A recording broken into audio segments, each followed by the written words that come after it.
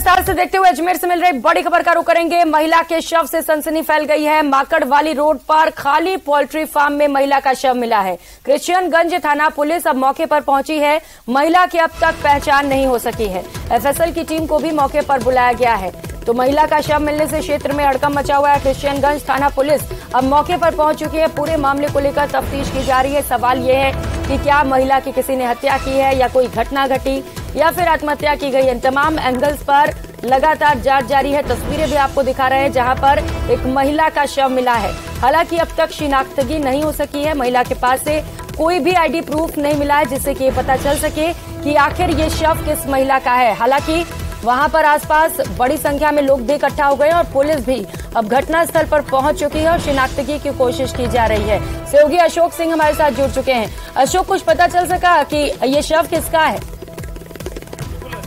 Makadwali road पर पुराने खंडर जो पोल्ट्री फार्म है उसकी बिल्डिंग में ये जो शव है वो मिला है और संदिग्ध हालत में ये शव बताया जा रहा है। उसके चेहरे पर भी जो है काफी चोटें हैं और बताया जा रहा है कि गला घोंटकर उसकी हत्या की गई है। प्रथम दृष्टया पुलिस इसे मर्डर मान रही है, लेकिन अब तक जो है इस मामले की शिनाख्त नहीं हो पाई है। कौन ये महिला है, कहाँ की रहने वाली है, इसे लेकर पुलिस ने जो व्हाट्सएप है उस ग्रुपों के माध्यम से महिला की पहचान करने का प्रयास किया है और जो गाँव वाले हैं उनको भी इसकी जानकारी दी है कि ये महिला कहाँ की रहने वाली है और कौन है, जिसके बाद इस मामले में जो है अग्रिम अनुसंधान किया जाएगा। लेकिन फिलहाल जो है पुलिस अभी इस मामले में एफएसएल की टीम को बुला लिया गया है और एफएसएल की टीम इस मामले में साक्ष्य जुटाने का प्रयास कर रही है कि किस तरह की घटना है, महिला किधर से आई थी, कौन है। इन तमाम पहलुओं को लेकर जो है पुलिस अपनी जांच में जुटी है। लेकिन पुलिस का ये मानना है कि ये हत्या से जुड़ी हुई घटना है। गला घोंटकर इस महिला की हत्या की गई है, लेकिन इसके साथ साथ और कौन सी इसके साथ वारदात हुई है इसे लेकर जो है पोस्टमार्टम की रिपोर्ट जब आएगी तब ही जो है अग्रिम कार्रवाई की जानी है। तो फिलहाल जो है पुलिस प्रथम दृष्टया इस मामले में शिनाख्ती का प्रयास कर रही है। शिनाख्ती के बाद ही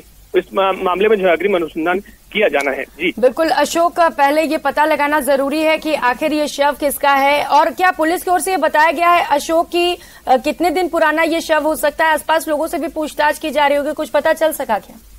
जी बिल्कुल, आसपास झाड़ियां हैं, पुराना खंडर है, लेकिन पुलिस का ये मानना है कि 2 से 3 दिन पुराना ये शव है जिसकी हालत जो है काफी जो खराब हो चुकी है। तो ऐसे में उसका चेहरे पर भी काफी दिखाई नहीं दे रहा कि वो पहचान नहीं हो पा रही कि महिला कौन है।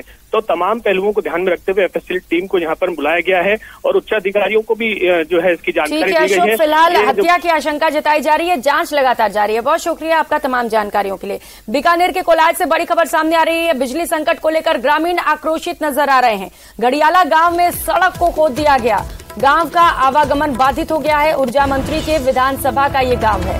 बिजली संकट के चलते फसलें भी चौपट हो रही हैं। कोलायत थाना पुलिस और प्रशासन अब मौके पर पहुंचा हुआ है। तो तस्वीरें आपको दिखा रहे हैं जहां पर ग्रामीणों का आक्रोश सड़कों पर अब दिखने लग गया है। बड़ी खबर आपको बता रहे हैं बीकानेर के कोलायत से, जहां पर लंबे वक्त से बिजली का संकट बरकरार है, जिसे लेकर ग्रामीण खासा आक्रोशित है। जयपुर से बड़ी खबर सामने आ रही है। बिजली कर्मचारियों का प्रदर्शन देखने को मिल रहा है। जयपुर में प्रदेश भर के बिजली कर्मचारियों का प्रदर्शन लगातार जारी है। पिछले 5 दिनों से महापड़ाव पर बिजली कर्मचारी हैं। कुल 13 सूत्रीय मांगों को लेकर यह महापड़ाव किया जा रहा है। आज बिजली कर्मचारी सद्बुद्धि यज्ञ भी करेंगे। तो 5 दिनों से लगातार महापड़ाव किया जा रहा है। बिजली कर्मचारियों की ओर से यह प्रदर्शन किया जा रहा है। कुल 13 सूत्रीय मांग पत्र को लेकर महापड़ाव किया जा रहा है और आज सद्बुद्धि यज्ञ का भी आयोजन है।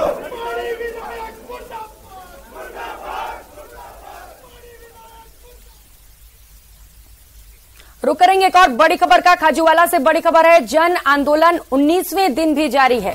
खाजूवाला में 5, छतरगढ़ में 3 लोग भूख हड़ताल पर बैठे हैं। कल दोनों धरना स्थल पर आपदा प्रबंधन मंत्री गोविंद राम मेघवाल पहुंचे। धरना स्थल पर मंत्री ने यथावत बीकानेर जिले में ही रखने का आश्वासन दिया। समिति ने कहा कि जब तक डी नोटिफिकेशन नहीं आएगा ये भूख हड़ताल जारी रहेगा। खाजूवाला और छतरगढ़ को यथावत बीकानेर जिले में ही रखने की मुख्य मांग इनकी ओर से की जा रही है और इसी मांग को लेकर अनिश्चितकालीन धरना प्रदर्शन और भूख हड़ताल भी जारी है। तो कई ग्रामीण भूख हड़ताल भी कर रहे हैं। कैबिनेट मंत्री जी हमारे यहाँ धरना स्थल पर आए। उन्होंने हमें आश्वासन किया कि मेरी मुख्यमंत्री जी से बात हो गई है और मुख्यमंत्री जी ने मेरे को हरी झंडी दे दी है कि हम छतरगढ़ और खाजूवाड़ा को दोनों को बीकानेर जिले में यथावत रख देंगे। तो उन्होंने हमें आश्वासन दिया है। अभी उनका आश्वासन है जब तक राज्य सरकार द्वारा डिनोटिफाई होकर खाजवाड़ा और छत्तीसगढ़ को वापस बीकानेर में 2/8 से पूरे की स्थिति नहीं लिया जाता है, तब तक हमारा धरना अनवरत जारी रहेगा। विक्रम सहयोगी हमारे साथ जुड़ चुके हैं। विक्रम, साफ तौर पर ग्रामीणों की ओर से कह दिया गया है कि जब तक डी नोटिफिकेशन जारी नहीं होगा ये प्रदर्शन जारी रहने वाला है, यानी कि अब आश्वासन से बात बनने वाली नहीं है।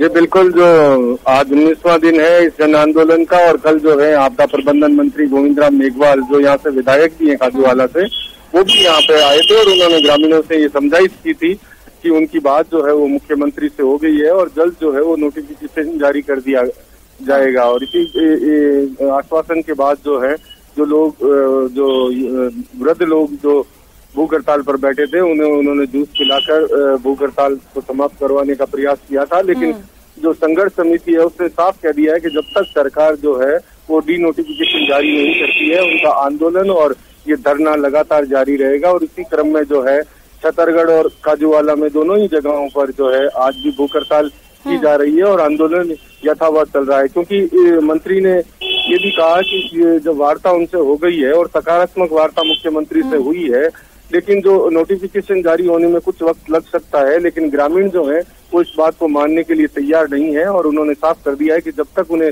डी नोटिफिकेशन की कॉपी नहीं मिलती है जब तक आंदोलन जारी रहेगा। जी विक्रम, कुछ लोग भूख हड़ताल पर बैठे हुए हैं क्योंकि एक लंबा वक्त हो चला है, क्या स्थिति इस वक्त उनकी? बिल्कुल, जो है भूख हड़ताल जारी है। आज भी जो है 8 लोग जो है खाजूवाला में भूख हड़ताल पर बैठे हैं और छत्तीसगढ़ में भी जो है वो भी लोग भूख हड़ताल पर बैठे हैं। लेकिन कहीं ना कहीं लोगों में इसी बात का रोष है कि जब तक सरकार इतने दिनों के बाद भी सुनवाई नहीं कर रही है तो ऐसे में जो है वो आंदोलन हटाने के मूड में नजर नहीं आ रहे। बिल्कुल विक्रम, अब देखना है कि इस भूख हड़ताल और इस प्रदर्शन का क्या असर पड़ता है। बहुत शुक्रिया आपका तमाम जानकारियों के लिए। और अब बात झुंझुनू की। जन आधार कार्ड में फर्जीवाड़े का मामला सामने आया है। जन आधार कार्ड में फर्जीवाड़ा कर सरकारी योजनाओं का लाभ लेने के लिए बड़ी संख्या में जन आधार कार्ड में दूसरे जिलों के नाम और सामाजिक सुरक्षा पेंशन के PPO नंबर जोड़े जा रहे हैं।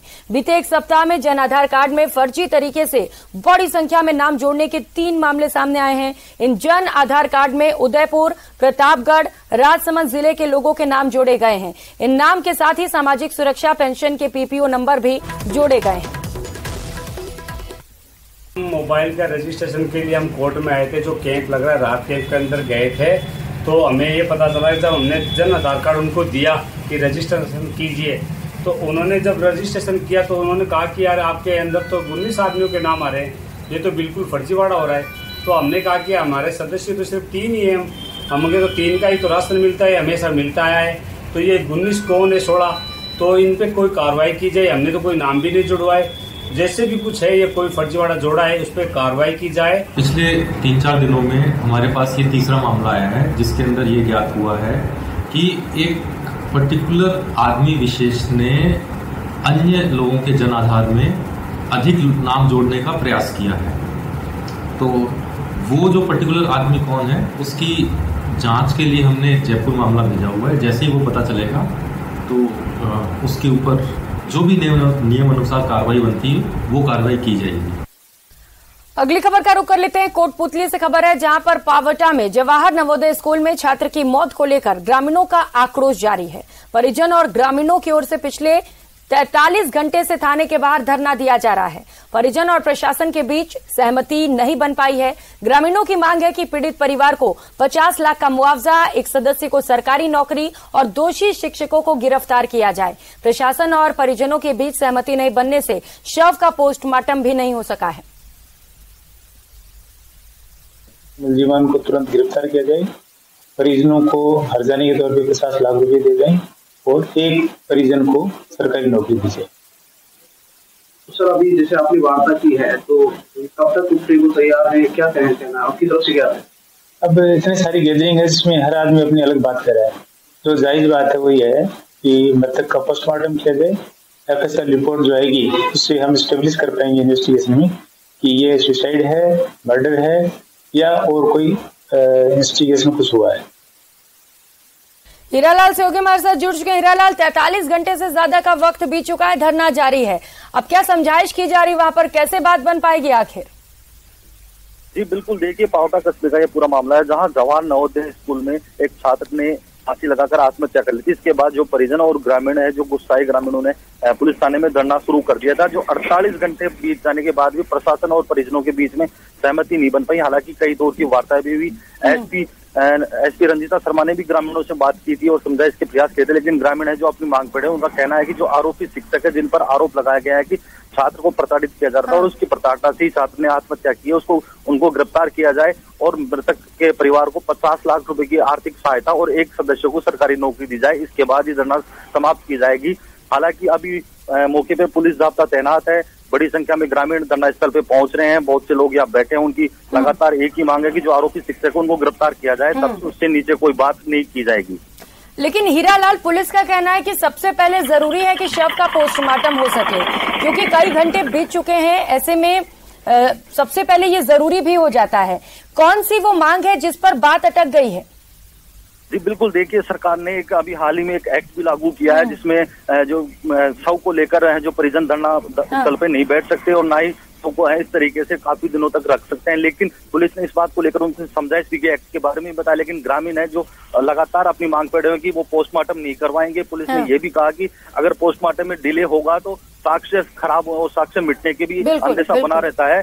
लेकिन ग्रामीण है जो मानने को तैयार है। उनका कहना है कि जो आरोपी शिक्षक उनको पहले गिरफ्तार किया जाए, 50 लाख की सहायता दी जाए और एक सदस्य को सरकारी नौकरी दी जाए। इससे नीचे वो बात करने के लिए तैयार नहीं है।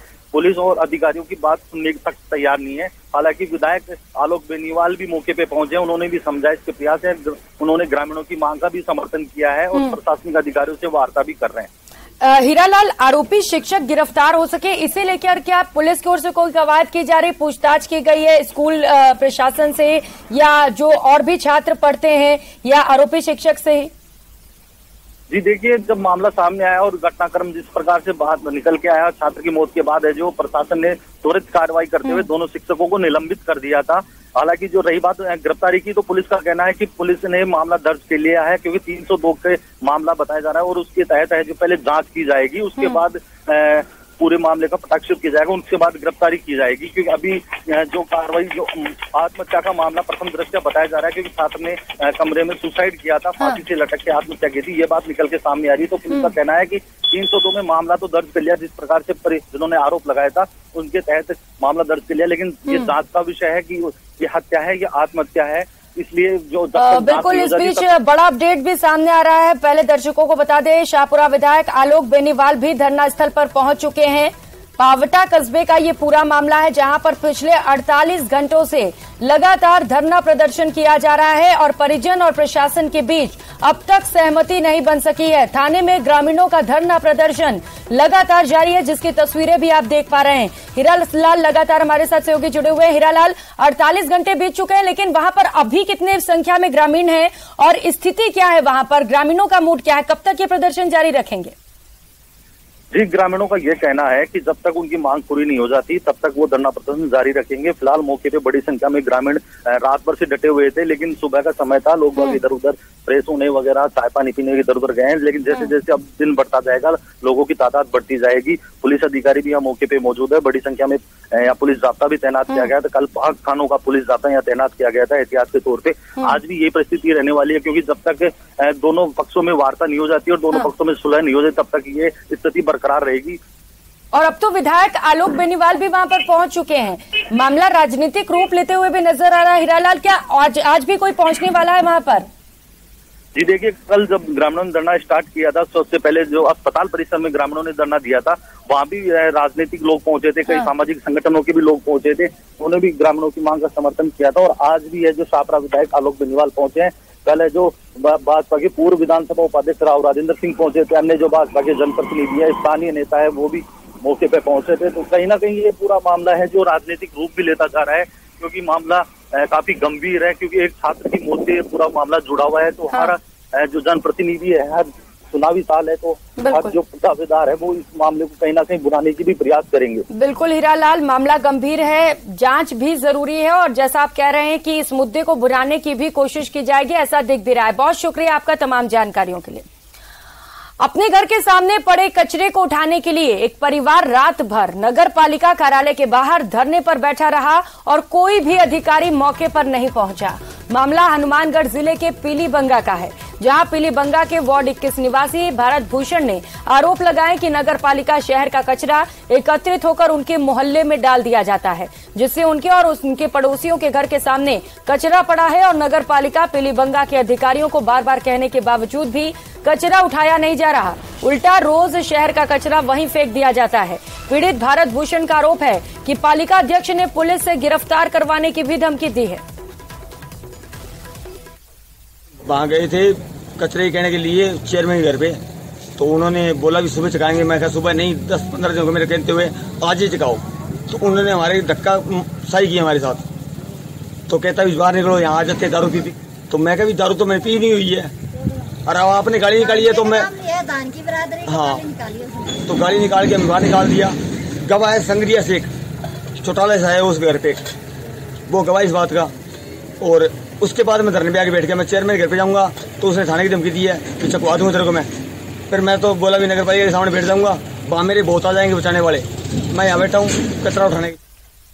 खबर कोटा से है, जहां पर इटावा कस्बे में हादसे में युवती की मौत हो गई जबकि 7 लोग घायल हो गए। हादसा इटावा के कोटा रोड पर स्वागत द्वार के पास हुआ, जहां खाटू श्याम से मध्य प्रदेश जा रही बस चालक की लापरवाही और ओवर स्पीड के चलते बस टकरा गई, जिससे बस में सवार एक युवती की मौत हो गई जबकि 7 लोग घायल हो गए, जिसमें 2 लोगों की हालत गंभीर होने पर उन्हें कोटा रेफर किया गया है। कहाँ से आ रही थी बस? जयपुर से। कहाँ जा रहे थे? गाँव में। घटना कैसे हुई? बस कट मारा, उस गेट के टोक दिया। कितनी सवारियां थी बस में? फुल बस भरे थे, 17 सवारियां। और अब आपको राजनीति से जुड़ी एक खबर दिखाते हैं, जहां पर केंद्रीय मंत्री अनुराग ठाकुर ने मणिशंकर अय्यर के उस बयान पर पलटवार किया जिसमें उन्होंने कहा था कि अटल बिहारी वाजपेयी बीजेपी के पहले पीएम नहीं बल्कि पीवी नरसिम्हा राव थे। अनुराग ठाकुर की माने तो पीवी नरसिम्हा राव को इन्होंने अपना नहीं माना और उनके साथ दुर्व्यवहार किया गया, जैसा व्यवहार कांग्रेसियों ने किया सारे देश ने देखा। उनकी माने तो कांग्रेस के कुछ नेता रहते तो भारत में हैं, लेकिन उनका दिल पाकिस्तान के लिए धड़कता है। सुनिए। मणिशंकर अय्यर ने एक बयान दिया और उन्होंने एक बड़ा बयान दिया। उन्होंने बोला अटल बिहारी वाजपेयी जी भारतीय जनता पार्टी के पहले प्रधानमंत्री नहीं थे, पीवी नरसिम्हा राव थे। देखिए, पीवी नरसिम्हा जी को तो ना कभी उन्होंने अपना माना, और जिस तरह का व्यवहार कांग्रेस ने अपने कुछ नेताओं के साथ किया जो गांधी और नेहरू परिवार की नहीं सुनते थे, वो देश ने देखा है। या तो उनके दरबारी बन के जियो जी, तब आपके ऊपर प्रश्न चिन्ह खड़ा नहीं करेंगे।